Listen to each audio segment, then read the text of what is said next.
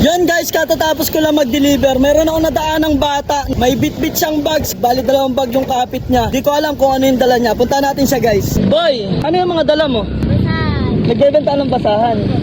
Ang dami niyan. Magkano isa niyan? Isa 3 po.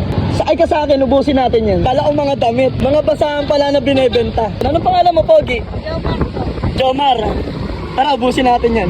Ano yan? Araw-araw mong ginagawa yan? Very good. Nag-aaral ka pa? Nakikita ko sarili ko sa'yo. Pare, tulungan nyo kami. May isang bata na ito ah. Nagbebenta ng basahan. Pero tulungan natin. Kuhaan nyo yung isang bag. Ito guys, kasama namin si JMac TV sa si JL. Sakto rin, nakita ko sila. Ubusin namin yung basahan nito. Saan tayo, Koy? Salamat. Unang customer. Yeah, thank you. Salamat, boss. Gusto mong bumili yung basahan. Makakailangan sa bata.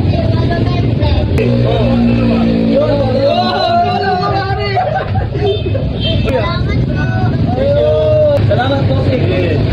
Palagay mo, maubos pa natin to hanggang hapon. Opo. O sige, kiss muna sa kuya.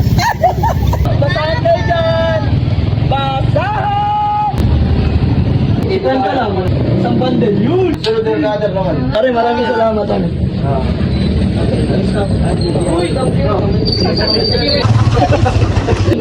Oo. Isang bundle 50. Dalawa.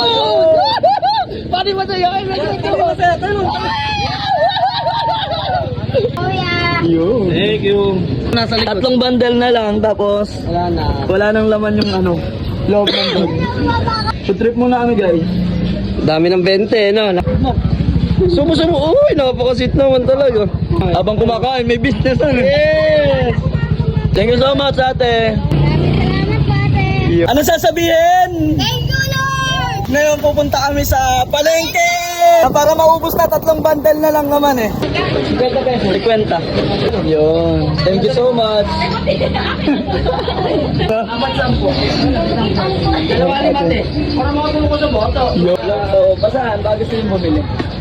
10 piso dalawa. Ito yung 4 lang. Ayun din. Maraming salamat po. Salamat, bossing. Very thank. May lang nakita mo?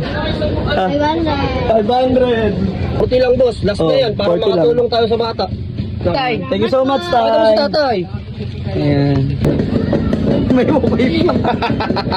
Saludo ako sa'yo kasi malayo ka sa ibang bata. Pangako mo kahit anong mangyari, lagi ka lalaban ng patas at pag nagawa ng masama. Tandaan mo yan, no? Di nga. Promise pa yun. Dahil ubos na yung paninda nitong bata na to. Kukuha pa kami ng basahan. Ubusin na natin yung basahan sa inyo. May nasa ilan pa rin? May nasa ilan pa? Ano? 30 pieces. Bundle. Sa susunod na video, malalaman natin kung ano ba ang dahilan kung bakit siya nagbebenta ng basahan. Abangan.